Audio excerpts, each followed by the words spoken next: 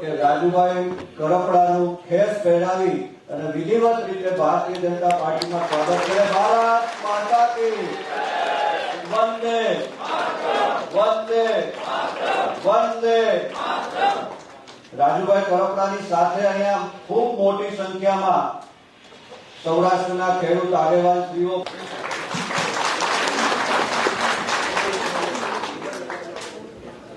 આજની પ્રેસ વાર્તામાં તમામ પત્રકાર મિત્રોને મારા જય કિસાન.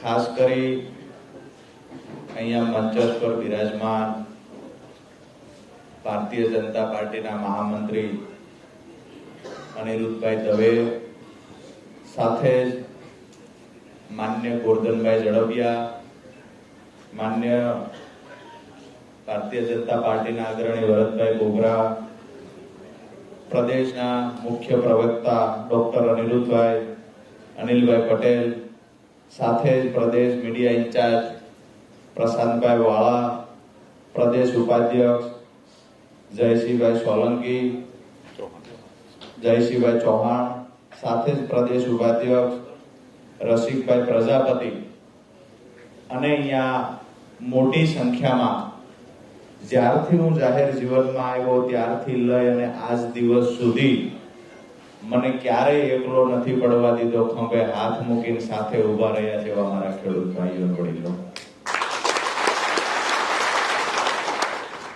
આમ તો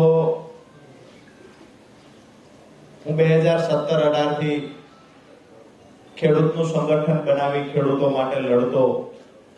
ત્યાર પછી 2021માં એક રાજકીય પાર્ટીની અંદર હું જોડાયો. એક સ્વપ્ન લઈને નીકળ્યા હતા કે અમારા ખેડૂતને કેવી રીતે સુખી સમૃદ્ધ બનાવી શકાય, કેવી રીતે ખેડૂતને ગામડાઓની અંદર વસવાટ કરી રહે, ગામડાઓ ભાંગે નહીં, ગામડા તૂટે નહીં, ખેડૂતનું મજબૂત સંગઠન બનાવી નાના મોટા ખેડૂતના પ્રશ્ન હોય તો એને વાચા કેવી રીતે આપી શકાય. આ સપનું જોઈ અને ચોક્કસ પાર્ટીની અંદર 2021માં જોડાયા કે અમારા ખેડૂતનો અવાજ બુલંદ બનાવી શકાશે. પરંતુ ખેડૂતોના મુદ્દે જ્યારે પણ લડાઈ લડવાની થઈ છે તો મજબૂતાઈથી ખેડૂતોનો અવાજ બની સૌરાષ્ટ્રના તમામ ગામડાઓની અંદર, તમામ તાલુકાઓની અંદર જ્યારે પણ કુદરતી આફત આવી હોય, અતિવૃષ્ટિ, અનાવૃષ્ટિ, તો તમામ મુદ્દે અવાજો ઉઠાવ્યા. છેલ્લે જ્યારે હળદળવાળી ઘટના ઘટી, હું જેલમાં ગયો, ઘણા બધા વિચારો આવ્યો, ઘણું બધું મંથન કર્યું. ત્યારે એક વાત ચોક્કસથી સમજાણી કે ખરેખર જો ખેડૂતોનું હિત ઈચ્છીએ છીએ, ખેડૂતના ખેતર સુધી સિંચાઈનું પાણી પહોંચાડવું છે, ખેડૂતોને સમૃદ્ધિ તરફ લઈ જવા છે, તો સત્તા પક્ષની સામે રહી માત્ર આંદોલનો કરી, જિંદાબાદ મુર્દાબાદના નારાઓ બોલાવી અને સતત સરકારનો વિરોધ કરીને ખેડૂતનું હિત નહીં કરી શકાય. ચોક્કસથી આપણો ચહેરો ચમકાવી શકાય. સરકારની સામે, સત્તાની સામે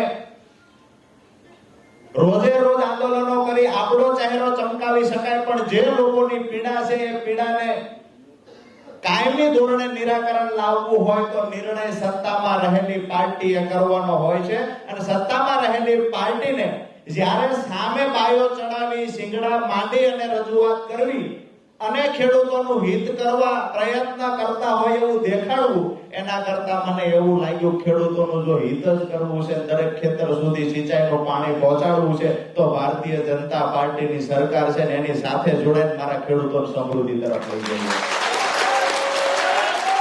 આવનાર દિવસોની અંદર જે લોકો પણ આજે જે પાર્ટીમાં હું હતો, આજે દુઃખ સાથે કહેવું પડે છે કે મેં 5 વર્ષ મફતમાં હાથીપણું કર્યું. અમારા ખેડૂતોની ભાષામાં કહીએ તો બદલામાં જે મળ્યું છે એ પણ ગુજરાતના ખેડૂતોએ જોયું છે.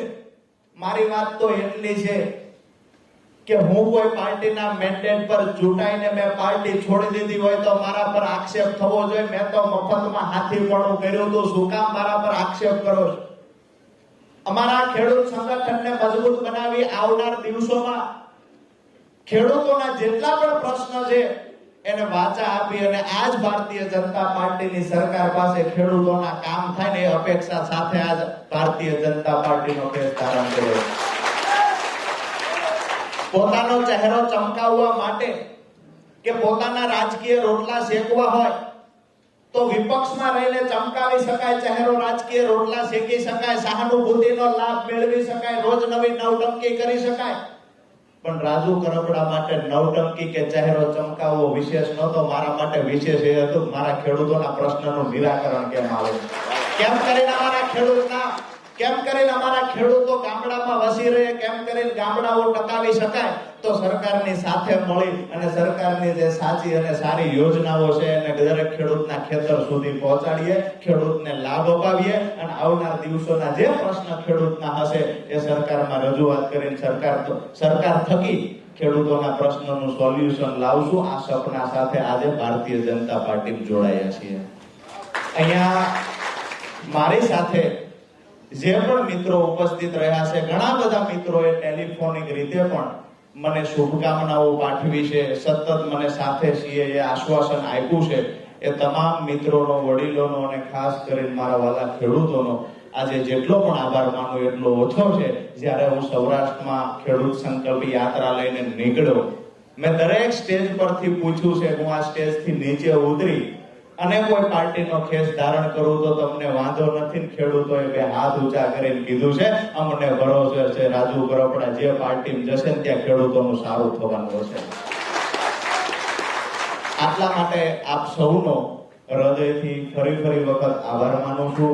અહીંયા મંચસ પર બિરાજમાન મહાનુભાવો જેને ઉમળકાભેર સ્વાગત કરી અને એક વડીલની ભૂમિકા અદા કરી, ખંભે હાથ મૂકીને કહ્યું છે કે જે લડાઈ હશે એ લડાઈમાં બધા સાથે મળીને લડશું, ખેડૂતોનું ભલું કરશું. આપ સૌનો ખૂબ આભાર.